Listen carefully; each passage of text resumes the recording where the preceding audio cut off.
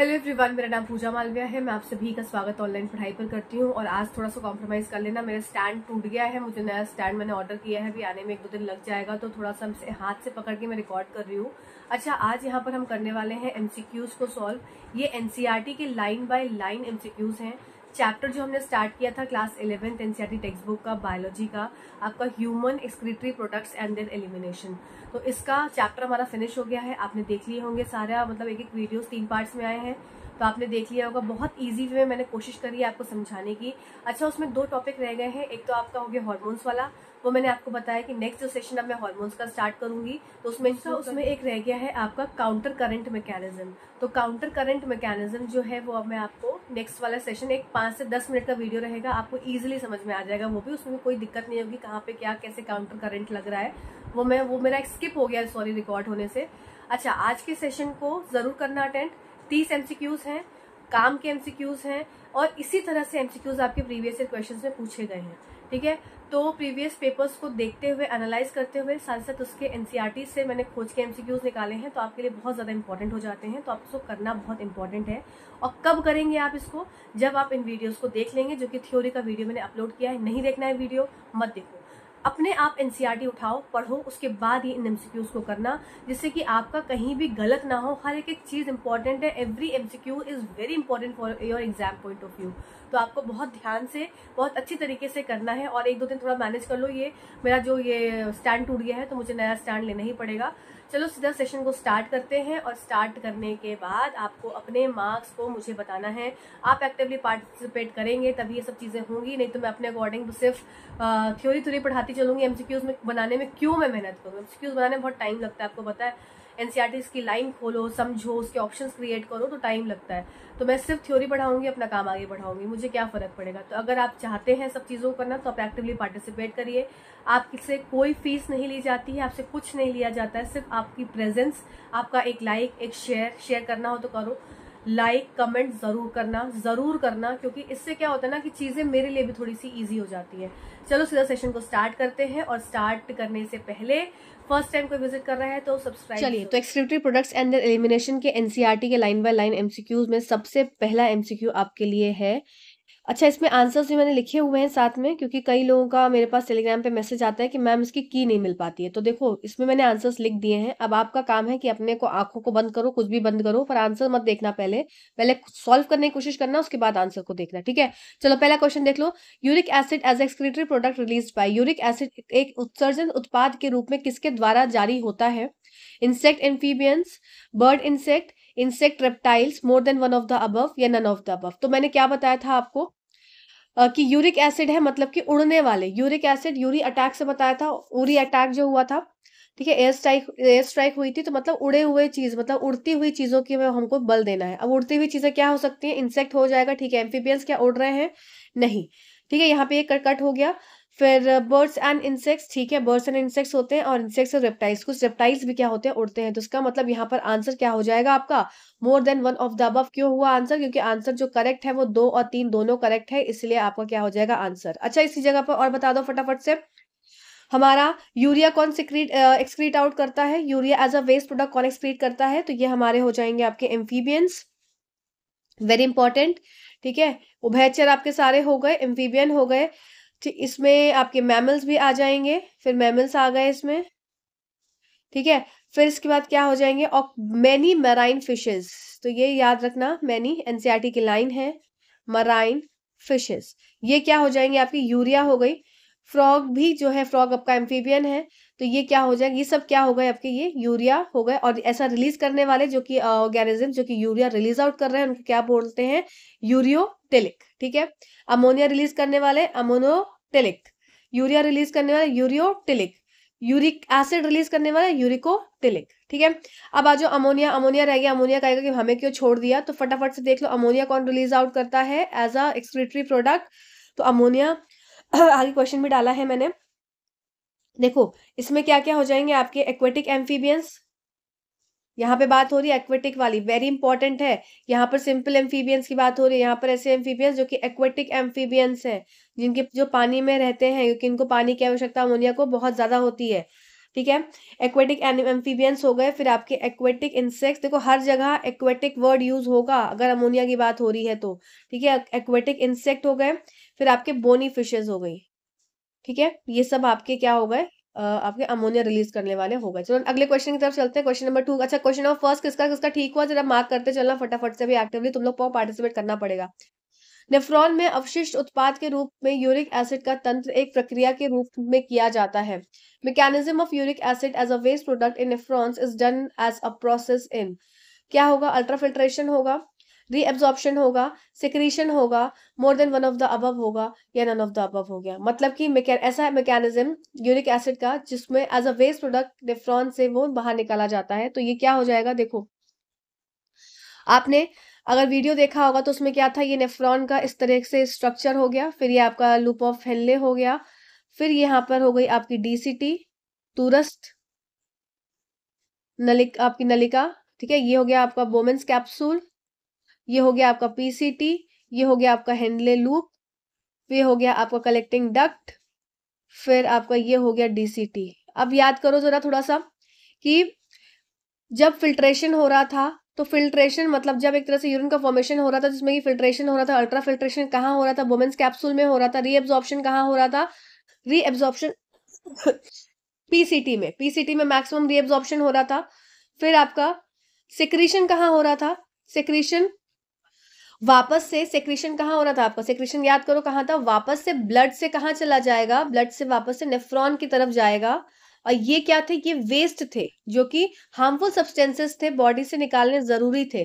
तो यहाँ पर mechanism of uric acid as a waste product in nephrons is done as a process in, तो ये कहाँ होगा, सेक्रेशन। अब देखो यहाँ पर यूरिक एसिड है या कुछ और तरह का कोई टर्म यूज करेंगे, तो जहां भी रिमूव करने की बात हो जा रही है, एज अ वेस्ट आपको रिमूव करना है, तो वो सेक्रेशन में ही आएगा, फिल्ट्रेशन में तो आएगा नहीं, ठीक है। मेन क्या है, वो हटा देना है। अब सेक्रीट आउट था ना कि ब्लड से कहाँ जा रहा था, ब्लड से आपका नेफ्रॉन में जा रहा था वापस। और आपका रीएब्जॉर्प्शन कहाँ से हो रहा था, रीएब्जॉर्प्शन की अगर मैं बात करूं, पेन डिफरेंट ले लेती हूँ, रीएब्जॉर्प्शन, तो रीएब्जॉर्प्शन पुनः अवशोषण कहाँ हो रहा था आपका, यहाँ पर नेफ्रॉन से हम कहाँ लेकर जा रहे थे, चीजों को ब्लड तक लेकर जा रहे थे, ठीक है। याद आई बात है, तो यहाँ पर आंसर क्या हो जाएगा आपका, ऑप्शन नंबर 3। ये आपका पीवाईक्यू है नीट का, ठीक है। चलो आ जाओ, the projections of renal pelvis are called, वृक्क श्रोणी के प्रक्षेपण कहलाते हैं, क्या कहलाते हैं, the projections of renal pelvis. अब देखो इसमें डायग्राम अगर जिसको याद होगा अच्छे से वो इस आंसर पर पहुंच जाएगा, वो क्या पहना कहलाते हैं, कैलिसिस कहलाते हैं, ठीक है। आज जरा मैं इसको फटाफट से डायग्राम से आपको एक्सप्लेन कर देती हूँ।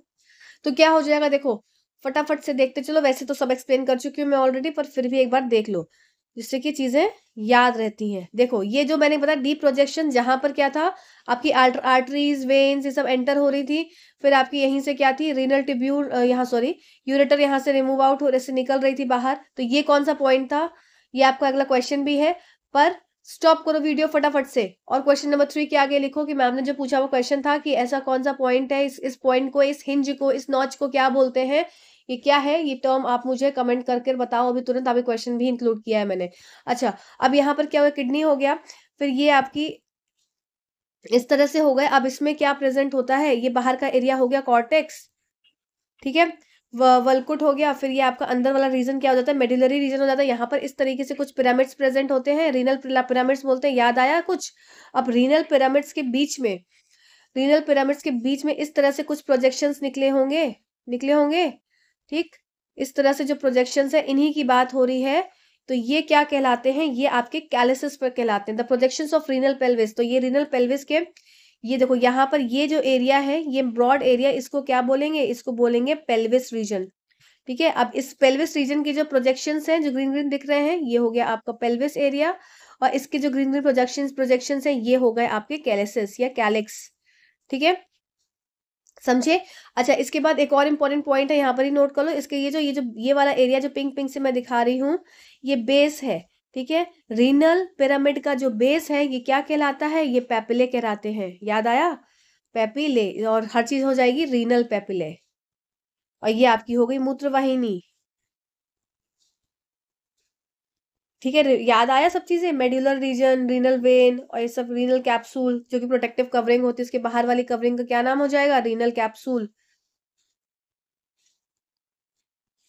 वृक आवरण, वृक आवरण, ठीक है, कोई डाउट? तो ये क्या हो जाएगा, रीनल कैलिसेस। रीनल कॉलम क्या हो गए, रीनल कॉलम आपके, देखो अभी यहाँ पर समझो, ये देखो ये यहाँ से ज्वाइन हो रहा है, ये यहाँ से ज्वाइन हो रहा है, तो ये जो ये बीच का एरिया, ये जो बचेगा ये आपका रीनल कॉलम हो जाएगा, और यहाँ से जो प्रोजेक्शंस अंदर की तरफ दिख रहे हैं ये आपके कैलिसेस हो जाएंगे। ठीक है, कॉलम और कॉलम क्या है, दो पिरामिड्स के बीच का एरिया हो जाएगा आपका कॉलम। ठीक है, उसके अंदर से निकलने वाले ऐसे प्रोजेक्शंस जो हो जाएंगे ये आपके पेल्विस के बाहर के जो प्रोजेक्शंस है इस तरह से, तो ये आपके हो गए कैलिसेस। ठीक है, चलो नेक्स्ट देख लेते हैं अगला क्वेश्चन। अगला क्वेश्चन है हमारा, the number of nephrons in kidney is equals to, अब कितने नंबर ऑफ नेफ्रॉन्स होते हैं किडनी के अंदर, एक किडनी में कितने नेफ्रॉन क्या है, structural and functional unit of nephron है क्या, ये आपका संरचनात्मक और कार्यात्मक इकाई होती है, structural and functional unit of kidney होती है। ठीक है, अब एक किडनी में कितने लगभग आपके नेफ्रॉन्स होते हैं, पाए जाते हैं, नियरली 1 मिलियन, या इसको हम एक और टर्म से यूज कर सकते हैं 10 लाख। 10 लाख हो या 1 मिलियन हो, बात आपकी लगभग इक्वल होती है, इसलिए आपको ऑप्शन नंबर A1 और 2 ठीक होने की वजह से आंसर हो जाएगा मोर than one of the above. Next question की तरफ चलते हैं। Together the बोमेंस capsule and the glomerulus forms, together बोमेंस capsule and glomerulus from, बोमेंस capsule और ग्लोमेरुलस मिलकर बनाते हैं, क्या बनाते हैं, देखो ये पॉइंट मेरा ना जब मैंने आपको एक्सप्लेन किया था छूट गया था, इसलिए मैंने क्वेश्चन को यहाँ पर इंक्लूड कर दिया है, जिससे कि आपको कुछ अगर छूट भी जाए तो क्वेश्चंस में इंक्लूड हो जाए। तो ये क्या होता है, देखो बोमेंस कैप्सूल हो गया और आपका साथ में ग्लोमेरुलस, इसको मिलाकर क्या बोलते हैं, ये हो जाती है आपकी मेल्फिजियन बॉडी। ठीक है, और दूसरा इसका एक और नाम हो जाता है रेनल कॉर्पसेल्स। तो ये कोई भी वर्ड से यूज में आए, एग्जाम में आए, आपको चाहे रीनल कॉर्वरक कोशिका या आपका मेल्फिजियन बॉडी, तो दोनों आपका ठीक हो जाएगा। तो इन दो ठीक होने की वजह से इसका आंसर क्या हो जाएगा, उपयुक्त में से मोर than one of the above. अच्छा, मैंने आंसर 1 और 2 इसलिए लिखा है जिससे कि आप ये समझ जाएं कि कौन सा ऑप्शन ठीक होने की वजह से answer more than one of the above है, तो आंसर हो जाएगा मोर than one of the above. Next question comes, the term used by the fluid that comes out of the glomerulus in Bowman's capsule. अब मुझे लगता तो नहीं है कि मुझे बार बार इतना एक्सप्लेन करना चाहिए, क्योंकि मैंने आपको बहुत अच्छे से थ्योरी में एक्सप्लेन किया है। ठीक, देखो बोमेंस कैप्सूल में ग्लोमेरुलस से निकलने वाले तरल पदार्थ के लिए प्रयुक्त शब्द है फ्लूइड, जो कि कहां से निकल रहा है, ग्लोमेरुलस से, come out of in the बोमेंस capsule. मतलब याद करो ये क्या है, बोमेंस कैप्सूल है। ठीक है, अब इसके अंदर क्या था, यहाँ पे इस तरह से, यहाँ पे एफरेंट आर्टेरियोल, ये आपका हो गया ग्लोमेरुलस, और ये इफरेंट आर्टेरियोल पतली। ठीक है ना, ये एक तरफ से मोटी थी, एक तरफ से पतली थी। अब यहाँ से क्या था, ब्लड का क्या हो रहा था, फिल्ट्रेशन हो रहा था, ultra filtration under high pressure. अब इससे निकलने वाला फ्लूइड, जो इसमें से बाहर अल्ट्रा फिल्ट्रेशन के थ्रू बाहर आ रहा है, इसको क्या बोलेंगे, क्या ये यूरिन है, नहीं, ये बिल्कुल यूरिन नहीं है, यूरिन इस समय नहीं बनेगी, यहाँ की ग्लोमेरुलस फिल्ट्रेट है, मोर than one of the above. आप देखो यहाँ पर कंफ्यूज हो गए, ये क्वेश्चन PYQ है, ये फिल्ट्रेट है कि ग्लोमेरुलस फिल्ट्रेट है, टर्म प्रॉपर एग्जैक्ट आपका यूज होगा ग्लोमेरुलस फिल्ट्रेट, तो यहाँ पर आंसर हो जाएगा ऑप्शन नंबर 3 करेक्ट, फिल्ट्रेट। अगर ग्लोमेरुलस फिल्ट्रेट नहीं लिखा होता तो फिल्ट्रेट आंसर हो जाता, पर ग्लोमेरुलस फिल्ट्रेट लिखा है इसलिए आपका आंसर हो जाएगा ऑप्शन नंबर 3। ठीक है, चलो कमेंट सेक्शन में कमेंट करके मुझे बताओ वापस से, आप लोग का आंसर होना चाहिए क्वेश्चन नंबर 6 में कि मैम ने क्या क्वेश्चन पूछा है, ग्लोमेरुलस फिल्ट्रेट या अल्ट्रा फिल्ट्रेशन, जो आपका अल्ट्रा फिल्ट्रेशन है ये कौन से 3 लेयर्स से पास होता है ना ब्लड। अब ये 3 लेयर्स के मुझे नाम चाहिए, पहली, दूसरी और तीसरी। ठीक है, ये आपका होमवर्क है, 2 होमवर्क हो गए, तो नोट करते जाना फटाफट से, मुझे सबका इन्वॉल्वमेंट चाहिए। नेक्स्ट क्वेश्चन देख लेते हैं, choose out the correct, just a second, choose out the correct parts of nephron. एक नेफ्रॉन के सही भागों को आपको का चयन करना है, बहुत इंपॉर्टेंट क्वेश्चन है, वेरी इंपॉर्टेंट, कई बार एक प्रीवियस ईयर क्वेश्चन है, PGT भी आया हुआ है।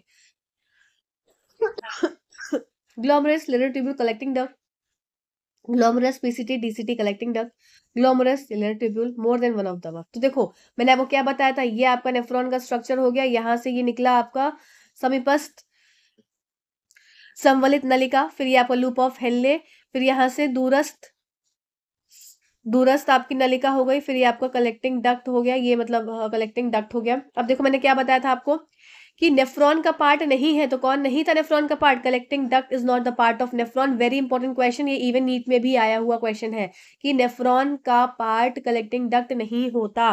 संग्रहित नलिका कलेक्टिंग डक्ट जो कि है वो आपका व्रकाणु का भाग नहीं होती, तो इसका मतलब यहाँ पर कलेक्टिंग डक्ट है, नहीं होगा, यहाँ पर कलेक्टिंग डक्ट नहीं होगा, तो ये आंसर क्या हो जाएगा, glomerulus and renal tubule. Glomerulus आपका ये हो गया, ये जो अंदर यहाँ पर ये इस तरह से कैपिलरीज आती है, ब्लड की कैपिलरीज, और यहाँ से आपका रीनल ट्यूब्यूल कहाँ से स्टार्ट होता है, ये आपका अगला क्वेश्चन है, इसलिए मैं आपको यहाँ नहीं बताऊंगी, तो आंसर हो जाएगा आपका ऑप्शन नंबर 3।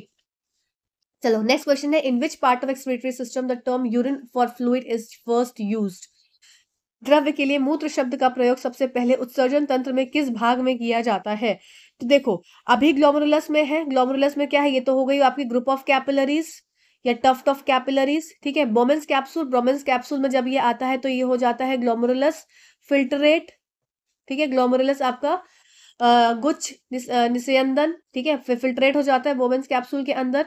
फिर देखो अब कलेक्टिंग डक्ट, अच्छा ठीक है, यूरेटर, यूरेटर से तो सही बात है, यहाँ से किडनी है, इस तरीके से ये दो आपकी किडनी हो गई, यहाँ से निकलने वाली जो नलिका है इसको आप क्या बोलते हैं, यूरेटर बोलते हैं, तो सही बात है, इसमें जो आपकी यूरिन पास होती है। पर अब यहाँ पर बात देखो क्वेश्चन कैसे घुमाते हैं एग्जाम्स में, यहाँ पे पूछा है कि कौन से ऐसे भाग में एक्सक्रीटरी सिस्टम है जिसमें यूरिन जो है फर्स्ट, मतलब पहला जो फ्लूइड जो तरल निकल रहा है उसको सबसे पहले यूरिन कब कहा जा रहा है, क्या ये यूरेटर में आने के बाद कहा जा रहा है या उससे पहले कहा जा रहा है। तो यहाँ पर आंसर हो जाएगा आपका उससे पहले कहा जा रहा है, कलेक्टिंग डक्ट में जब कलेक्ट हो जा रही है उसके बाद ही तो यूरेटर तक पहुंच रही है, तो यहाँ पे आंसर हो जाएगा आपको ऑप्शन नंबर 3 करेक्ट उत्तर। आंसर नंबर 3 करेक्ट उत्तर है।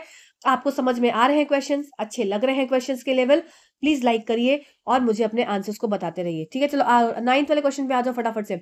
अल्ट्रा फिल्ट्रेशन, मैं बहुत एक्साइटेड हूँ इन सब सेशंस के, मुझे बड़ा मजा आता है, आप लोगों को कैसा लगता है। अच्छा मुझे एक और चीज बता देना, इसके बाद मैं कौन सा चैप्टर करूँ, मैं सोच रही हूँ कि हार्मोन करा दूं आपको, सब लोग के एग्जाम में हार्मोन आता है, इसमें आपका एनिमल हार्मोन्स मतलब ह्यूमंस वाले भी हो जाएंगे और आपके प्लांट हार्मोन भी हो जाएंगे। अब आप क्या सोचते हो बता दो जरा मुझे।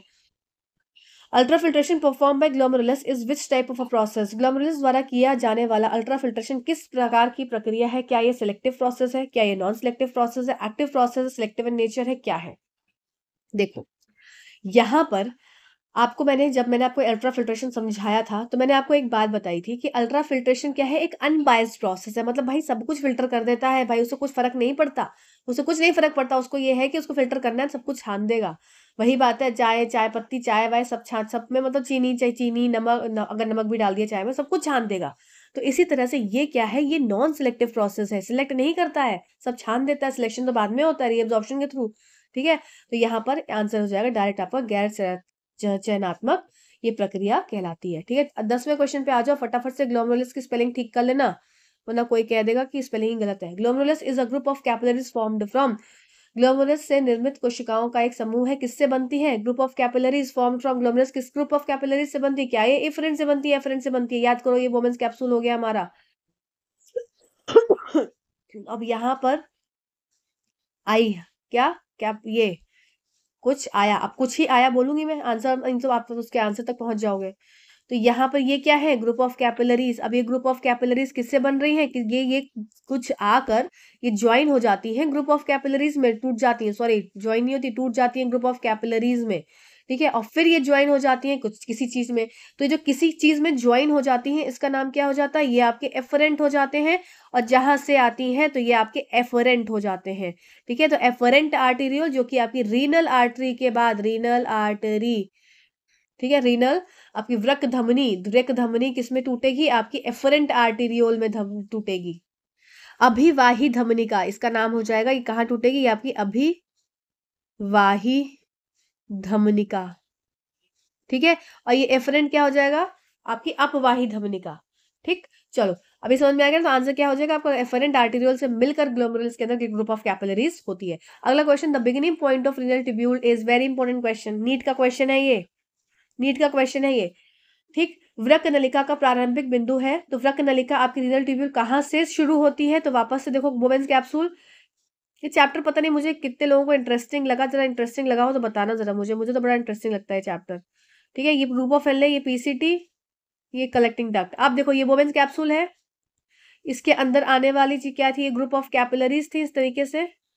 अब देखो ये रीनल ट्यूब्यूल की शुरुआत कहाँ से होती है, तो क्या बताया था, नेफ्रॉन का स्ट्रक्चर होता है, तो नेफ्रॉन व्रकाणु जो होता है ये आपका दो भागों में बटा होता है, पहला होता है ग्लोमेरुलस और दूसरा होता है रीनल ट्यूब्यूल, है ना। अब ग्लोमेरुलस में क्या था, ग्रुप ऑफ कैपिलरीज थी, रीनल ट्यूब्यूल कहाँ से शुरू हो रहा है, रीनल ट्यूब्यूल आपका बोमेन्स कैप्सूल से शुरू हो रहा है, बोमेन्स कैप्सूल, फिर पीसीटी, फिर आपका डीसीटी, सॉरी बीच में लूप ऑफ हेनले रह गया, और कलेक्टिंग डक्ट इसका पार्ट नहीं है, ठीक है ना। चलो बोमेन्स कैप्सूल से स्टार्ट हो रहा है, इसका मतलब पहली बिंदु क्या हो गया, बोमेन्स कैप्सूल। तो आंसर हो जाएगा आपका option number first, Bowman's capsule. चलो नेक्स्ट देख लो, counter current mechanism operates between. अच्छा, ये काउंटर करंट मैकेनिज्म जो है ये मैंने आपको एक्सप्लेन नहीं किया है, रह गया है। तो इस क्वेश्चन को मैं जब आपको एक्सप्लेन कर दूंगी तो मैं बता दूंगी। वैसे समझ लो, एक इजी वे में अगर मैं आपको इजीली बता दूं काउंटर करंट मैकेनिज्म, जरा छोटा सा समझ लो। ये देखो, बहुत ध्यान से सुनना, और बहुत इजी वे में आपको समझाऊंगी और आपको समझ में आ जाएगा, इतनी मेरी गारंटी है 1 सेकंड के अंदर। ये देखो, ये हमारी सब चीजें हैं जिस चीजों की भी हम तो अभी तक बात कर रहे हैं। देखो, यहाँ से क्या था, ब्लड आया था, है, ये ग्रुप ऑफ कैपिलरीज थी, और यहाँ से ब्लड क्या था, वापस गया था। अब याद करो, जिसने ध्यान से देखा होगा सेशन, वो मैंने आपको बताया था कि जब ये एफरेंट आर्टेरियल से निकल रहा था तो फिर ग्रुप ऑफ कैपिलरीज में टूट रहा था, और यहाँ से क्या था, पीसीटी को पहले क्या कर रहा था, कवर कर रहा था इस तरीके से, पीसीटी के लूप पीसीटी में इस तरह से हो रहा था। फिर ये डीसीटी में जा रहा था, लूप ऑफ हेनले में नहीं जा रहा था, डीसीटी में जा रहा था, और फिर इसके बाद क्या हो रहा था, इसके बाद ये लूप ऑफ हेनले की तरफ जा रहा था, और इस तरीके से यहाँ पर ये इस तरीके से बन रहा था। याद आया। अब यहाँ पर देखो, मैं ग्रीन कलर से दिखा रही हूँ ब्लड का फ्लो। ब्लड का फ्लो कैसे हो रहा है, यहाँ से जा रहा है, यहाँ से आ रहा है, फिर यहाँ से जा रहा है, फिर यहाँ से आ रहा है, और फिर नीचे से जा रहा है। ब्लड का फ्लो ग्रीन कलर से दिखा रही हूँ मैं, ठीक है, समझ में आया। अब देखो, ये आपका मतलब ब्लड कैसे फ्लो हो रहा है, ऐसे फ्लो हो रहा है, समझ में आया सबको अच्छे से।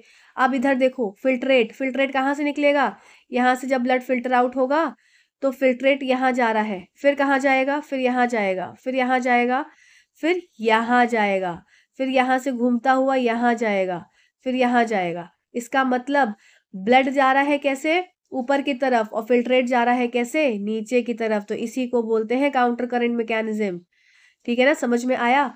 बात समझ में आई, काउंटर करंट मैकेनिज्म कैसे है कि ब्लड आपका किस तरह से फ्लो कर रहा है, उसके ऑपोजिट फिल्ट्रेट उसका फ्लो हो रहा है, इसी को बोलते हैं काउंटर करंट मैकेनिज्म। अब कैसे क्या क्या चीजें सॉल्यूट्स होते हैं वो सब मैं आपको बता दूंगी, इतना एक इन जनरल होता है। अब यहाँ पर क्या दिया है, काउंटर करंट मैकेनिज्म किसके बीच में सनलाइट होता है, किसके बीच में होता है, तो खुद सोचो किसके किसके बीच में हो रहा होगा।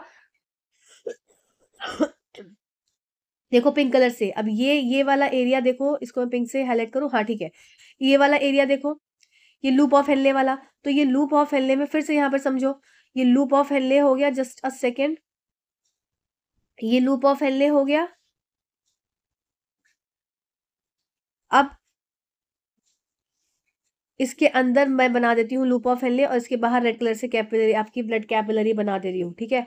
अब ब्लड कैसे था, ब्लड इस तरह से जा रहा है नीचे की तरफ, ठीक है, और यहां से जो फिल्ट्रेट है वो कैसे आ रहा है, फिल्ट्रेट नीचे की तरफ आ रहा है। तो एक बार ऐसे जा रहा है और एक बार ऐसे जा रहा है, तो इसका मतलब किसके किसके बीच में आपको काउंटर करंट मैकेनिज्म देखने को मिल रहा है, to limbs of loop of Henley and वासा रेक्टा। वासा रेक्टा वो आपकी क्या होती है, ग्रुप ऑफ कैपिलरीज होती है जो कि किसके अराउंड किसके पैरेलल चलती है, लूप ऑफ हेनले के, ठीक है। सब क्वेश्चंस आगे हैं, आई होप यहाँ तक समझ में आया होगा। चलो अगले क्वेश्चन की तरफ चलते हैं। अगर सेशन समझ में आ रहा है, लाइक करो प्लीज, जल्दी जल्दी लाइक करो। अब यूट्यूब के नए नए रूल्स निकलते हैं तो आप लोग को लाइक भी करना जरूरी है, नहीं तो ये वीडियो मेरा ऐसे ही ठप हो जाएगा। विच part of the human excretory system concentrate the filtrate about 4 times, NCERT की लाइन है, ठीक है, एनसीईआरटी की लाइन है, इसको ध्यान से सुनेंगे और रट लेंगे इस आंसर को। विच पार्ट, मानव उत्सर्जन तंत्र का कौन सा भाग निस्पंद को लगभग 4 बार साद्रित करता है, कितनी का फिल्ट्रेट जो है कंसंट्रेट करेगा 4 टाइम्स, ये आपका आंसर हो जाएगा कलेक्टिंग डक्ट और डीसीटी। मैंने आपको क्या बताया था कि जब आपके बॉडी में यूरिन का फॉर्मेशन हो रहा होता है और बहुत ज्यादा यूरिन पानी का लॉस हो चुका होता है, तब हमारी कलेक्टिंग डक्ट और डीसीटी में बहुत तेजी से और एब्जॉर्प्शन होता है पानी का। तो यहाँ पर ये एरिया जो होते हैं ये हाईली कंसंट्रेट कर देते हैं, जिससे कि यूरिन से जो पानी की मात्रा बहुत कम निकले, ठीक है। तो इसमें ये कंसंट्रेटेड यूरिन को फॉर्म करते हैं। आपका कौन हो गया, कलेक्टिंग डक्ट और डीसीटी। आंसर हो गया 1 और 2, तो इसका मतलब आंसर आप 1 और 2 नहीं लिखेंगे, आंसर लिखेंगे more than 1 of the above. Next question की तरफ चलते हैं। नेक्स्ट क्वेश्चन आपका अधूरा रह गया है, उसको मैं पूरा कर दूंगी बाद में। Ascending limb of loop of Henle is dash to water whereas descending limb is to. अब देखो, यहाँ पर मैंने आपको बताया था लूप ऑफ हेनले में कौन सा, देखो ये आपका ना पीवाईक्यू है, जिन्होंने पेपर देखे होंगे पहले उन्होंने इस चीज को समझा होगा। ये आपका लूप ऑफ हेनले हो गया, यहाँ से निकलने वाला पीसीटी हो गया, इधर से निकलने वाला डीसीटी हो गया। ठीक है, ये लूप ऑफ हेनले बन गया सबके लिए। अब देखो लूप ऑफ असेंडिंग लिम्फ, ये आपकी डिसेंडिंग लिम्फ हो गई और ये आपकी असेंडिंग लिम्फ। डिसेंडिंग लिम्फ मतलब नीचे आती हुई, असेंडिंग लिम्फ मतलब ऊपर जाती हुई। अब यहाँ पर ascending lymph is of loop of Henle is, ये किसके लिए वो क्या होती है, पर इज परमेबल टू वाटर। अच्छा, ये यहाँ पर असेंडिंग लिम्फ क्या हो जाएगी, ये इम्परमिएबल टू वाटर होती है।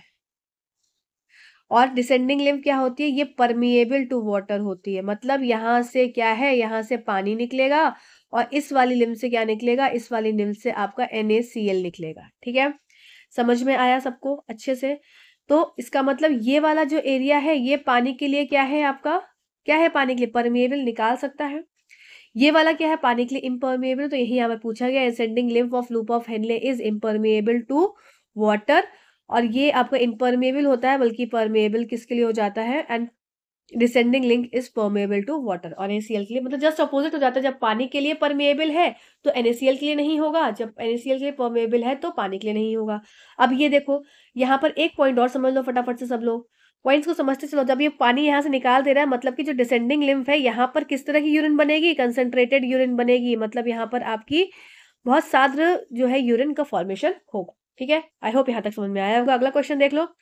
अ loop of capillary running parallel to Henle loop is, अभी अब मैंने बताया था ये हो गया आपका हेनले लूप, ये हो गया हेनले लूप। अब हेनले लूप के पैरेलल कौन सी कैपिलरी मूव करती है, तो क्या हमने इतनी देर से समझ रहे हैं, ये हमको बहुत अच्छे से समझ में आ गया है कि इसके पैरेलल जो ये लूप ऑफ हेनले के पैरेलल जो कैपिलरी चल रही होती है इसका नाम होता है वासा रेक्टा। ठीक है, अच्छा अब मुझे एक और चीज बता दो जरा, पीसीटी और डीसीटी के अराउंड कौन सी कैपिलरीज होती है। क्वेश्चन आपका वापस से होमवर्क का क्वेश्चन है। पीसीटी और डी, इससे क्या रहता है ना, आपको ये भी समझ में आएगा कि आपको कितना याद है, ब्रेन आपका कितना मेमोराइज कर पा रहा है। पीसीटी और डीसीटी के पास, जैसे इसके पास जो आपके लूप ऑफ हेनले के पास कौन सी कैपिलरी है, वासा रेक्टा है। इस तरह से पीसीटी और डीसीटी के पास भी एक कैपिलरी का नाम है, लिखो पी से स्टार्ट होता है इसका इनिशियल। ठीक, कमेंट करो फटाफट से मुझे सब लोग। चलो नेक्स्ट हो जाएगा ये आपका the type of nephron where the loop of Henle is too short. अच्छा देखो, दो तरह के लूप ऑफ हेनले होते हैं, सॉरी दो तरह के नेफ्रॉन्स होते हैं। एक आपका कॉर्टिकल नेफ्रॉन होता है, एक आप जक्स्टा मेडुलरी नेफ्रॉन होता है। देखो दो तरह के नेफ्रॉन है, शायद मैंने ये बताया है कि नहीं बताया मुझे याद नहीं आ रहा। देखो समझ लो, यहाँ पर समझ लो। तो पहला आपका हो गया कॉर्टिकल नेफ्रॉन, कॉर्टिकल नेफ्रॉन, और दूसरा हो गया आपका जक्स्टा मेड्यूलरी नेफ्रॉन। अगर नहीं समझाया है शायद मैंने अपने सेशन में, तो इसमें देख लो, इंपॉर्टेंट है ये। तो कॉर्टिकल नेफ्रॉन, कॉर्टिकल से मतलब समझ में आया ना, कॉर्टेक्स एरिया। कॉर्टेक्स एरिया क्या था, एरिया जो ये आपका मेड्यूलरी एरिया है, ये अंदर का एरिया है, मेड्यूलरी एरिया है। ठीक है, और कॉर्टेक्स वाला ये कॉर्टेक्स हो गया अंदर, अंदर मेड्यूलरी हो गया। अब कॉर्टिकल नेफ्रॉन है मतलब कि ऐसे नेफ्रॉन्स जो कि जिनका लूप ऑफ हेनले क्या होगा, बहुत शॉर्ट होगा। आओ समझो जरा, लूप ऑफ हेनले बनाकर मैं बता देती हूँ जिससे कि बहुत इजीली समझ में आ जाएगा। ये देखो ये वाला एरिया है, अब इसमें ये हो गया मेरा मेडुलरी रीजन। अब यहाँ पर लूप ऑफ हेनले कैसे बनेगा, ये यहाँ पर आपका हो गया मोमेंट्स कैप्सूल, यहाँ पर हो गया लूप ऑफ हेनले इस तरह से। ठीक है, अब यहाँ पर एक मोमेंट्स कैप्सूल और यहाँ पर इस तरीके से। अच्छा एक सेकेंड रुको जरा तुम लोग, बड़ा स्ट्रक्चर बनाती हूँ थोड़ा सा। देखो ये हो गई आपकी किडनी, थोड़ा समझो। अब यहाँ पर ये एरिया हो गया आपका मेडुलरी रीजन। अब इसमें ये देखो ये हो गया आपका बोमेंस कैप्सूल, इससे निकलने वाली पीसीटी, फिर लूप ऑफ हेनले, फिर डीसीटी, और फिर ये आपकी हो गई कलेक्टिंग डक्ट। ठीक है, ये हो गया इस तरीके से। ठीक है, समझ में आया नेफ्रॉन। अब एक और नेफ्रॉन देखो, यहाँ पर इस तरीके से ये नेफ्रॉन, ये हो गया पीसीटी, ये हो गई लूप ऑफ हेनले, और यहाँ से हो गया निकलता हुआ डीसीटी, फिर ये हो गया आपका कलेक्टिंग डक्ट। ठीक, अब खुद सोचो कौन से वाले लूप ऑफ हेनले में ज्यादा अंदर तक डीप जा रहा है। आपका सेकंड वाले में आपको देखने को मिल रहा होगा, सेकंड वाले में ये ज्यादा डीप तक जा रहा है। इसका मतलब कि जिस वाले लूप ऑफ हेनले में ये रीजन कौन सा रीजन होता है, मेडुलरी रीजन होता है, मध्यांश व्रकाणु का रीजन होता है। ठीक है, तो जहां लूप ऑफ हेनले क्या होगी, यहाँ पर लूप ऑफ हेनले लॉन्ग होगी, लॉन्ग होगी, लंबी होगी, डीप जाएगी मेडुला के अंदर। तो वो कैसी होते हैं, वो मेडुलरी या जक्स्टा मेडुलरी व्रकाणु होते हैं, सानिध्य मध्यांश व्रकाणु होते हैं। और ऐसे व्रकाणु जो कि ज्यादातर क्या होता है, जिनका लूप ऑफ हेनले, अब यहाँ पर देखो इसका लूप ऑफ हेनले क्या है, शॉर्ट है, छोटा है। ठीक, तो लूप ऑफ हेनले शॉर्ट होता है, तो ये बहुत कम मेडुला में अंदर जाते हैं। ठीक है, तो ये आपके हो जाते हैं, ये कॉर्टिकल नेफ्रॉन होते हैं। Type of nephron where the loop of Henle is too short, तो कॉर्टिकल नेफ्रॉन क्योंकि नाम से ही है कि ऐसे नेफ्रॉन का ज्यादा जो तक पोर्शन क्या होता है वो कॉर्टेक्स एरिया में होता है, इसीलिए ये इनके हेनले लूप जो होते हैं, लूप ऑफ हेनले, हेनले पास जो होता है वो छोटा होता है। जक्स्टा मेडुलरी में क्या हो जाएगा, डीप होते हैं, इसीलिए ये लूप ऑफ हेनले क्या होता है, लॉन्ग होता है। ठीक, आई होप समझ में आ गया होगा। चलो मेरी सर्दी अभी तक ठीक नहीं हुई है, गला तो बहुत ही बेकार है। Choose out the correct placing of parts of nephron in a kidney. ठीक है, देख लेते हैं। गुर्दे में नेफ्रॉन के भागों के सही स्थान का चयन करें। Loop of Henle is present in medullary region, अच्छा। Loop of Henle is present in cortical region, अच्छा। Malpighian corpuscles, loop of Henle lies in cortex region. Malpighian corpuscles, PCT DCT lies in cortical region. तो चलो थोड़ा सा बना के देख लो, बना के क्या देख सकते हैं, देखो चलो, चीजें हम जब बना के देखते हैं ना तो चीजें ज्यादा समझ में आती हैं। देखो ये हो गया क्या, ये हो गया आपका बोमेंस कैप्सूल, यहां से निकलने वाली पीसीटी, फिर ये हो गया लूप ऑफ हेनले, फिर ये हो गया डीसीटी। अब तो आप लोग को भी स्ट्रक्चर याद हो गया होगा, मेरे साथ इतनी बार बना दिया है। ये हो गया कलेक्टिंग डक्ट। अब ये देखो यहाँ पर क्या है, कॉर्टेक्स एरिया में क्या क्या था। अब किडनी का स्ट्रक्चर अगर मैं बाहर से बनाऊं तो कुछ इस तरीके से बनेगा, और यहाँ पर मेडुलरी रीजन के अंदर, तो मेडुलरी रीजन क्या हो गया, ये मध्यांश के रीजन के अंदर आपको क्या पाया जाता है, ये देख रहे हो, ये वाला एरिया। समझ में आया, ये किडनी का स्ट्रक्चर है, बाहर का एरिया क्या हो गया, ये कॉर्टेक्स एरिया हो गया, और ये नीचे वाला एरिया क्या हो गया, मेडुलरी रीजन हो गया, मध्यांश एरिया हो गया। तो इसका मतलब कि मेरा बोमेंस कैप्सूल, अगर मैं कॉर्टेक्स एरिया को देखूं तो कॉर्टेक्स एरिया में क्या क्या हो जाएगा, बोमेंस कैप्सूल हो जाएगा। ठीक है, फिर मेरा ग्लोमेरुलस भी आ जाएगा इसी में, फिर मेरा पीसीटी भी आ जाएगा इसी में, फिर मेरा डीसीटी भी आ जाएगा इसी में। ठीक है, आ रहा है ना। अब देखो इसके अलावा मेडुलरी रीजन में क्या क्या चीजें आ रही हैं, देखो मेडुलरी रीजन में आ रही है लूप ऑफ हेनले। ठीक है, लूप ऑफ हेनले आ रहा है, तो इसके हिसाब से इस तरह से मुझे पोजीशंस को समझना है। अब बात समझ में आई ना सबको। तो यहाँ पर correct placing of parts of nephron in a kidney, तो loop of Henle is present in आपका किसमें, कॉर्टिकल रीजन की आपका मेडुलरी रीजन। तो यहाँ पर लूप ऑफ हेनले जो होता है ये कॉर्टिकल में नहीं प्रेजेंट होता है, ये मेडुलरी रीजन में प्रेजेंट होता है। बात समझ में आई पहला। अब मेल्फिजियन कॉर्पसल्स या मेल्फिजियन बॉडी, ये क्या होती थी, मेल्फिजियन बॉडी या मेल्फिजियन कॉर्पसल्स या आपका रीनल कॉर्पसल्स, ये सब क्या है, ये आपके बोमेंस कैप्सूल प्लस आपका क्या हो जाएगा, ग्लोमेरुलस। एक साथ इसका टर्म यूज किया जाता है, एग्जाम में पूछा हुआ है ये। तो यहाँ पर मेल्फिजियन कॉर्पसल्स में क्या आ गया हमारा, बोमेंस कैप्सूल और ग्लोमेरुलस। ठीक है, फिर लूप ऑफ हेनले, जहां से ही लूप ऑफ हेनले आ गया ये क्वेश्चन भी वैसे ही गलत हो जाएगा। अब देखो नेक्स्ट वाला लूप ऑफ हेनले हमें लेना ही नहीं है, क्योंकि हमारा वो मेडुलरी रीजन में आता है। मेल्फिजियन कॉर्पसल्स, ठीक है, पीसीटी डीसीटी लाइस इन कॉर्टिकल रीजन, हाँ ये बात ठीक है। तो इसका मतलब 1 of 4 हमारा करेक्ट उत्तर हो जाएगा। तो यहाँ पर आंसर हो जाएगा, ये आपका पीवाईक्यू है नीट का, आंसर नंबर सी आपका करेक्ट उत्तर हो जाएगा। आई होप ये पॉइंट आपको क्लियर हुआ। अगर आपको डायग्राम क्लियर है, अगर आप 2 टाइप्स ऑफ नेफ्रॉन्स आपको पता है कि कॉर्टिकल नेफ्रॉन और जक्स्टा मेडुलरी नेफ्रॉन क्या होते हैं, नेफ्रॉन की कैसे प्लेसिंग होती है किडनी में, कौन सा एरिया कॉर्टेक्स एरिया है, कौन सा एरिया आपका मेडुलरी एरिया है, तब आप इस क्वेश्चन को कर पाए होंगे इजिली, नहीं तो गड़बड़ हो जाएगा। तो एक बार अच्छे से जरा देख लेना जो थ्योरी वाला सेशन है। अगला क्वेश्चन देख लें, green glands are excretory structure of green sorry, तो ग्रीन हरी ग्रंथियां किसका उत्सर्जन संरचना है, तो ग्रीन ग्लैंड्स एक और नाम से जानी जाती हैं जिसका नाम हो जाता है आपका एंटीनल। वेरी इंपॉर्टेंट है, किसी भी नाम से पूछा जा सकता है, एंटीनल ग्लैंड। तो ये किसके होते हैं, ये आपके क्रस्टेशियंस के होते हैं, जैसे कि आपको एग्जांपल हो गया प्रॉन्स। ठीक है, एनसीईआरटी की लाइन है, तो प्रॉन्स आंसर नंबर फर्स्ट करेक्ट उत्तर हो जाएगा। अगले क्वेश्चन तरफ चलते हैं। The flame cells are the excretory structures in a flame cells, या इसको आप प्रोटोनेफ्रीडिया के नाम से भी जानते हैं, तो दोनों नाम आपको याद रखना है, प्रोटोनेफ्रीडिया। ठीक है, फ्लेम सेल्स हो गए या प्रोटोनेफ्रीडिया हो गए, ये किसके एक्सक्रीटरी स्ट्रक्चर्स होते हैं? ये आपके होते हैं, देखो प्लेटीहेलमिन्थस हो गया, ठीक है, प्लेटीहेलमिन्थस में आपके क्या आ जाएंगे? फ्लैट वर्म्स आ जाएंगे। ठीक है, फिर आपके प्लेनेरिया आ जाएगा इसमें, फिर आपका इसमें कुछ एनालीड्स होते हैं। ठीक है, सम एनालीड्स हो गए, फिर आपके क्या हो गए? सिफेलोकॉर्डेट्स हो गए। तो इसका मतलब कि ऑप्शन नंबर 1 2 3 ये मैंने जान के लिखा है पूरा, जिससे कि आपको एग्जाम्पल याद हो जाए।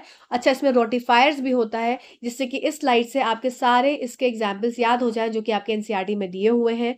फ्लेम सेल्स, प्रोटोनेफ्रीडिया, किसके किसके स्ट्रक्चर होते हैं? प्लेटीहेलमिन्थस, फ्लैट वर्म्स, फिर आपके प्लेनेरिया, फिर आपका हो गया सिफेलोकॉर्डेट्स, फिर आपके हो गए रोटिफायर्स।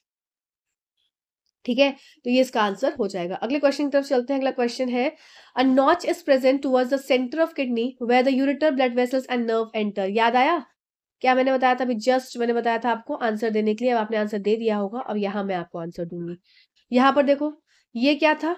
ये आपकी वेन हो गई, और ये क्या है? शिरा, और ये आपकी हो गई धमनी। ठीक है, ये डीऑक्सीजन युक्त ब्लड लेकर जा रही है भाई, चलो वापस से इसको ऑक्सीजनेशन करने का है। और ये क्या है? लेकर आ रही है ऑक्सीयुक्त ब्लड किडनी की तरफ, ये लेकर जा रही है यहां से। हाँ, यहां से ही हमारा क्या निकल रहा था? इसी पार्ट से हमारा यूरेटर भी निकल रहा था। ठीक है, इसी में से ब्लड वेसल्स नर्व्स का भी एंट्रेंस होता है। तो इस पॉइंट को क्या बोलते हैं? इस पॉइंट को बोल देते हैं, क्या है हमारा इस सुंदर सा पॉइंट? इसको बोलते हैं हाइलम। ठीक है, हिलम, हाइलम। ठीक, चलो नेक्स्ट क्वेश्चन तरफ चलते हैं। The inner to hilum is a broad funnel shape space called renal pelvis with projections called. अब ये क्या थे? अभी जस्ट मैंने देखो, अभी मैंने प्रोजेक्शंस वाला बताया था ना, रेनल पेल्विस से जो प्रोजेक्शंस निकलते हैं, क्वेश्चन था। अब इसको उल्टा करके दिया है, इसलिए ये दोनों तरह से क्वेश्चन पीवाईक्यू है आपका, ये दोनों तरीके से पूछा गया है, तो इसको दोनों तरीके से समझ लो, जिससे गलत नहीं होगा। इनर टू हाइलम, अब देखो यहाँ पर वापस से स्ट्रक्चर समझ लो। इनर टू हाइलम, ये यहाँ पर ये वाला एरिया क्या था? ये एरिया हाइलम था। तो हाइलम के अंदर वाला area as a broad funnel shape space called renal pelvis. तो ये जब ब्रॉड स्पेस है यहाँ पर, ये हो जाता है रेनल पेल्विस। ठीक है, विथ अ प्रोजेक्शंस, अब यहाँ से कुछ प्रोजेक्शंस निकलते हैं। ठीक है, जो कि पिरामिड्स में इधर से ऐसे थे। इसको क्या बोलते हैं? इसको बोलते हैं कैलेसिस। ठीक है, अब तो याद हो गया होगा I hope. The cortex extend in between the medullary pyramids as renal columns called, very important, very important. देखो, the cortex extend in between the medullary pyramids. अब देखो वापस से स्ट्रक्चर देखो किडनी का, ये किडनी का स्ट्रक्चर हो गया। ठीक है, इसके अंदर ये क्या हो गया? मेडुलरी रीजन हो गया, मध्यांश का रीजन। अब यहाँ पे क्या प्रेजेंट है? यहाँ पे इस तरह से पिरामिड्स प्रेजेंट है। अब इसमें क्या था? इससे देखो, यहाँ से कॉर्टेक्स एरिया से, कॉर्टेक्स में यहाँ कुछ भरा हुआ है, तो ये क्या है? ये अंदर भी जा रहा है इसके एरिया में। तो ये, तो कॉर्टेक्स एक्सटेंड, ये जब कॉर्टेक्स अंदर की तरफ जाता है इन मेडुलरी पिरामिड्स, पिरामिड्स के बीच में जब एंटर होता है, ये कॉर्टेक्स एरिया है। तो कॉर्टेक्स जब अंदर जाता है मेडुलरी पिरामिड्स के बीच में एज अ रेनल कॉलम बनाता है। जब ये, या मैंने बताया था रेनल कॉलम, तो इन कॉलम्स का नाम क्या है? इन कॉलम्स का नाम है कॉलम ऑफ बर्टनी या बर्टनी के स्तंभ। ठीक है, कॉलम ऑफ बर्टनी या बर्टनी के स्तंभ। बर्टनी के स्तंभ क्या है? बहुत बार, कई बार क्वेश्चन में पूछा गया है, ये आपको एग्जाम्स 11th 12th में पूछा जाता है, ये आपसे नीट में पूछा जाता है, ये आपसे वैसे भी पूछा जाता है। तो कॉर्टेक्स जो कि अंदर की तरफ, कॉर्टेक्स जब अंदर की तरफ ऐसे एक्सटेंड हो जाता है, ये, ठीक है, ये अंदर की तरफ जो एक्सटेंड हो जाता है, तो inner as a renal columns, इसको कॉलम ऑफ बर्टनी बोलते हैं। चलो अगले क्वेश्चन तरफ चलते हैं। 24वां question, Malpighian tubules are the excretory structures in, सबको रट गया होगा अर्थवर्म अभी तक, है ना? और यहाँ पे गलत हो जाएगा, क्योंकि अर्थवर्म और कॉकरोच में से बहुत कंफ्यूजन लोग क्रिएट करके आते हैं। तो आंसर हो जाएगा आपका कॉकरोच। मेल्फिजियन ट्यूब्यूल किसका एक्सक्रीटरी स्ट्रक्चर होता है? कॉकरोच का। Next question, blood vessels leading to glomerulus is called, leading to glomerulus, glomerulus की तरफ जाने वाली ब्लड वेसल, ये ग्लोमेरुलस है। ग्लोमेरुलस ये आपका नीचे वाला हिस्सा, ये ग्लोमेरुलस है। तो ये ग्लोमेरुलस की तरफ जाने वाली ब्लड वेसल, देखो कितने तरह तरह से क्वेश्चंस पूछे जाते हैं। इसके तरफ जाने वाली, इससे बाहर जाने वाली एफरेंट हो जाएगी, अभिवाही सॉरी अपवाही, और ये हो जाएगी आपकी अभिवाही धमनिका, जिसको बोलते हैं एफरेंट। पहले ए आया एफरेंट और फिर एफरेंट, ठीक है। तो ये आंसर हो जाएगा ऑप्शन नंबर फर्स्ट। 26वां क्वेश्चन। क्वेश्चंस कैसे लग रहे हैं प्लीज मुझे बताना, बहुत मेहनत लगती है एक चीजों को बनाने में। Which of the following components of blood does not comes out as a filtrate from the Bowman's capsule. अब मैंने आपको बताया था कि ये वुमेन्स कैप्सूल है जो कि 3 सतहों को क्रॉस कर कर क्या है, ये एज अ फिल्ट्रेट यहां से निकलती है ना। ये आपका इस तरह से इकट्ठा होता है। तो यहाँ पर कौन सी चीज को फिल्टर आउट नहीं करता है? सब चीज को फिल्टर करता है। It is unbiased process. Ultra filtration होता है, फिल्ट्रेशन अंडर हाई प्रेशर होता है। फिल्ट्रेशन अंडर हाई प्रेशर इसलिए होता है कि यहाँ पे जो आपकी एफरेंट आर्टेरियोल है ब्रॉड है, पर यहाँ से जब ये मिलकर ज्वाइन होती है तो ये क्या हो जाती है, नैरो हो जाती है। इस ब्रॉड और नैरो के चक्कर में, ठीक है, इस ब्रॉड और इस नैरो के चक्कर में क्या होता है, एक यहाँ पर हाई प्रेशर क्रिएट होता है, जिसकी वजह से यहाँ पर अल्ट्रा फिल्ट्रेशन होता है। ठीक, अब देखो यहाँ पर सब चीजें फिल्टर आउट हो जा रही है, बट क्या क्या फिल्टर आउट नहीं होता? मोर than one of the above इसका आंसर हो जाएगा। ब्लड के सेल्स फिल्टर नहीं होते हैं और प्लाज्मा प्रोटीन्स फिल्टर नहीं होती हैं, बाकी सब फिल्टर आउट हो जाते हैं, ठीक है। चलो नेक्स्ट क्वेश्चन तरफ चलते हैं। नेक्स्ट क्वेश्चन क्या है? The place where glucose is been reabsorbed into the blood as a filtrate from the Bowman's capsule. बहुत इंपॉर्टेंट क्वेश्चन, हर एक क्वेश्चन बहुत इंपॉर्टेंट है, इसलिए ध्यान से इसको करेंगे सॉल्व। वह स्थान जहां ग्लोमेरुलस को वुमेन्स कैप्सूल से निस्पंदन के रूप में रक्त से में पुनः अवशोषित किया जाता है। ये वुमेन्स कैप्सूल हो गया, ये पीसीटी हो गया, लूप ऑफ हेनले हो गया, डीसीटी हो गया, ठीक है। अब देखो सब कुछ बॉडी से क्या है, सॉरी सब कुछ फिल्ट्रेट से बाहर निकल जा रहा है ना। यहाँ से जब ये आया तो सब कुछ फिल्टर आउट हो जा रहा है, फिल्ट्रेट से बाहर नहीं, ब्लड कैप में सब कुछ बाहर हो जा रहा है, तो इसके बाद सब कुछ यहाँ पर इकट्ठा हो जा रहा है, ठीक है। अब बॉडी को रिक्वायरमेंट भी है सब अच्छी चीजों की वापस करने की, तो यहाँ पर क्या है कि ग्लूकोज का रीअब्जॉर्प्शन कहाँ होता है? तो वैसे सबसे मैक्सिमम रीअब्जॉर्प्शन की बात हो, पुनः अवशोषण की बात होती है, तो 70 से 80% जो एब्जॉर्प्शन होता है वो पीसीटी में हो जाता है, आपका समीपस्थ नलिका में हो जाता है। फिर आपका यहाँ पर ग्लूकोज का जो रीएब्जॉर्प्शन स्टार्ट हो जाता है किसमें, आपका पीसीटी में, और फिल्ट्रेट से ये लेकर ब्लड में वापस चला जाता है। तो यहाँ पर आंसर हो जाएगा आपका प्रॉक्सिमल कॉन्वर्टेड ट्यूब्यूल। और यहाँ पर अभी तक तो क्या था, देखो वुमेन्स कैप्सूल से सब चीजें बाहर आ रही थी, तो ये नॉन सिलेक्टिव प्रोसेस था, ये अनबायस्ड था, ये सब कुछ बाहर निकाल दे रहा था। पर यहाँ से फिल्ट्रेट से यहाँ पे देखो ब्लड कैपिलरी है, ये ब्लड कैपिलरी ऊपर बनी हुई है, तो फिल्ट्रेट से सब कुछ जब ब्लड कैपिलरी में जाएगा, ठीक है, इस तरीके से जा रहा है फिल्ट्रेट से ब्लड कैपिलरी में, तो ये कौन सा, ये आपका सिलेक्टिव रीअब्जॉर्प्शन होता है। वेरी इंपॉर्टेंट है, इसलिए मैंने यहाँ पर आंसर में लिखा हुआ है कि आपसे क्वेश्चन पूछा जाए किस तरह का एब्जॉर्प्शन है, तो it is a selective reabsorption, जिससे कि वो सिलेक्ट कर रहा है कि ग्लूकोज को अभी अंदर आना है वापस। नेक्स्ट क्वेश्चन पे चलते हैं। नेक्स्ट क्वेश्चन है Which region of nephron is the site for reabsorption of amino acids? देखो आपके चाहे अमाइनो एसिड हो, चाहे आपका ग्लूकोज हो, चाहे आपके मिनरल्स हो, चाहे आपके विटामिन्स हो, मतलब चाहे आपके हॉर्मोन्स हो, चाहे आपका मतलब कुछ भी वाटर हो, चाहे आपका NaCl हो, चाहे आपके कोई आयंस हो, सब कुछ कहाँ पे रीएब्जॉर्ब होना स्टार्ट हो रहा है? आपका रीएब्जॉर्प्शन अमीनो एसिड का पूछा है तो यहाँ पर हो जाएगा प्रॉक्सिमल कॉन्वोल्यूटेड ट्यूब्यूल, यहाँ पे शुरू हो जाता है, मैक्सिमम रीएब्जॉर्प्शन होता है। इसलिए सब चीज सबसे ज्यादा रीएब्जॉर्प्शन अगर पूछा जाए ना, तो आपका आंसर आप पीसीटी हर जगह लगाकर आएंगे। ठीक, चलो अगले क्वेश्चन तरफ चलते हैं। Which of the following, second last question है, which of the following statement is true? Statement वाले क्वेश्चंस केवीएस में बहुत पूछे जाते हैं। केवीएस कभी डायरेक्ट क्वेश्चन नहीं पूछता है स्टेटमेंट में, और जनरली इनके आंसर्स में नॉट वाले क्वेश्चंस में फंसाया जाता है, ठीक है। तो केवीएस की प्रिपरेशन कर रहे हो तो भी ये सेशंस आपके लिए बहुत ज्यादा हेल्पफुल हो जाते हैं। Which of the following statement is true? निम्नलिखित में से कौन सा कथन सत्य है? Ammonia is converted into urea in gall bladder. अच्छा, nephridia are the excretory structures of cockroach, ठीक है। क्या वो नेफ्रीडिया होता है कॉकरोच का? नहीं, ये होता है आपका Malpighian tubules. Ammonia is converted into urea in gall bladder, नहीं भाई, ये लीवर में होता है इसका काम, ठीक है, यकृत में होता है। Blood from glomerulus is carried away by efferent arteriole, नहीं, ये होते हैं एफरेंट आर्टेरियोल से, अपवाही धमनिका से। Elimination of ammonia from the body requires large amount of water. हाँ, ये बात ठीक है कि अमोनिया को बॉडी से निकलने के लिए बहुत ज़्यादा पानी की आवश्यकता होती है।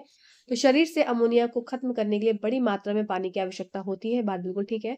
पित्ताशय में अमोनिया यूरिया में परिवर्तित होता है, नहीं भाई, यकृत में होता है, यकृत में। नेफ्रीडिया कॉकरोच नहीं, नेफ्रीडिया नहीं होता है, मेल्फिजियन ट्यूब्यूल होता है। ग्लोमेरुलस में रक्त अभिवाही धमनियों द्वारा लिया जाया जाता है, नहीं, ये अभिवाही नहीं अपवाही से लिया जाता है, ठीक है। चलो नेक्स्ट क्वेश्चन, लास्ट क्वेश्चन आज का। Selection secretion as a process in formation of urine is, बहुत इंपॉर्टेंट क्वेश्चन है, डायरेक्ट एनसीईआरटी की लाइन से क्वेश्चन लिया गया है। देखो, सेक्रीशन जो होता है एक तरह से पैसिव प्रक्रिया होती है, ठीक। इसमें किसी भी तरह का एटीपी का इन्वॉल्वमेंट नहीं होता। तो मूत्र के निर्माण में एक प्रक्रिया के रूप में स्राव होता है। तो स्राव किस तरीके से होता है भाई, पैसिव प्रोसेस है। जो भी हार्मफुल वेस्ट रहेंगे बॉडी के लिए उनको बाहर रिमूव आउट होना होगा। तो उसके लिए कहीं से किसी भी अतिरिक्त एटीपी की, किसी एनर्जी की आवश्यकता नहीं होती। वो बॉडी के ऐसे मैकेनिज्म चलती है कि वो अपने आप ही स्वतः वो काम कार्य होता रहता है, ठीक है। तो यहाँ पर ऑप्शन नंबर 2 करेक्ट ऑप्शन हो जाएगा, आंसर नंबर 2, ठीक है। तो यहाँ पर आपका ये सेशन जो है वो पूरा खत्म होता है। अब आपका एक क्वेश्चन मेरा रह गया था, तो आप यहाँ पर आंसर बताएंगे 29 में से आपके कितने क्वेश्चंस ठीक हुए। मेरा बहुत इंतजार रहता है आप सब लोगों से ये पूछने का, जिससे कि मुझे समझ में आए कि अगर मैंने मेहनत करी आप लोग के साथ लगकर तो आपके लिए फ्रूटफुल रही कि नहीं रही, ठीक है। और इसके बाद हम हार्मोन वाला चैप्टर करेंगे। आप जो चैप्टर्स बोलते जाएंगे मैं वो चैप्टर्स कराती जाऊंगी, पर इसके लिए आपका इन्वॉल्वमेंट जरूरी है, करते रहिए। किसी पेपर का पीवाईक्यूज चाहते हैं वो भी आप मुझे बताइए, किसी चीज़ की प्रिपरेशन कर रहे हैं वो बताइए। आप थोड़ा इंटरैक्टिव रहिए, तब तक मुझे चीज़ें समझ में आएंगी, ठीक है। Till then thank you so much, video, thank you.